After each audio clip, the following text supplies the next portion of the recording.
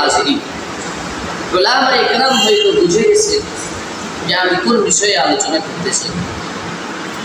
কেননা আমার আলোচ্য আয়াতের অর্থ হলো এমন যে তোমাদের ঘরের মহিলারা যেন জাহিলি যুগের মহিলাদের মতো নিজেদের সৌন্দর্যকে বেগানা পুরুষদেরকে না দেখায়, বরং তারা যেন ঘরে আবদ্ধ থাকে এবং নামাজ কায়েম করে আল্লাহ আল্লাহ রাসূলের আনুগত্য।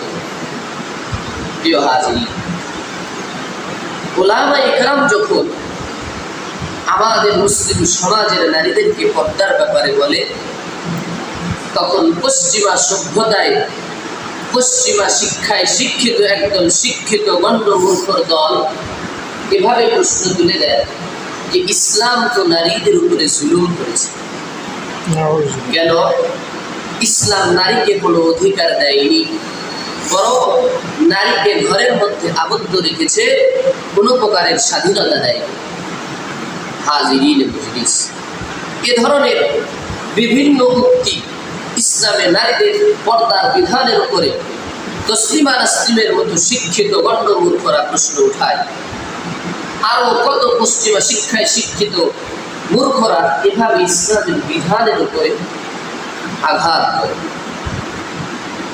যেহেতু তারা আঘাত করেছে, সেহেতু ইটের জবাব পাথর দিয়ে দেওয়াটাই কর্তব্য।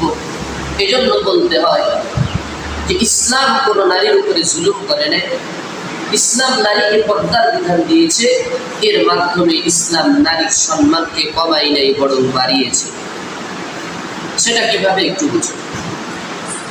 একজন নারী,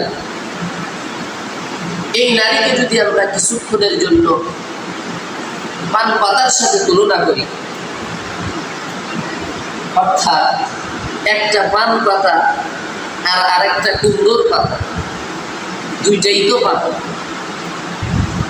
কিন্তু একটু চিন্তা করলে বুঝতে পারবেন যে পান পাতা কিন্তু সূর্যের আলোতে থাকতে পারে না, আর অপরদিকে কুমড়ো গাছের পাতা, এটা কিন্তু সবার মধ্যে অর্থাৎ সূর্যের আলোর বাহিরে থাকলে সে নষ্ট হয়ে যায়।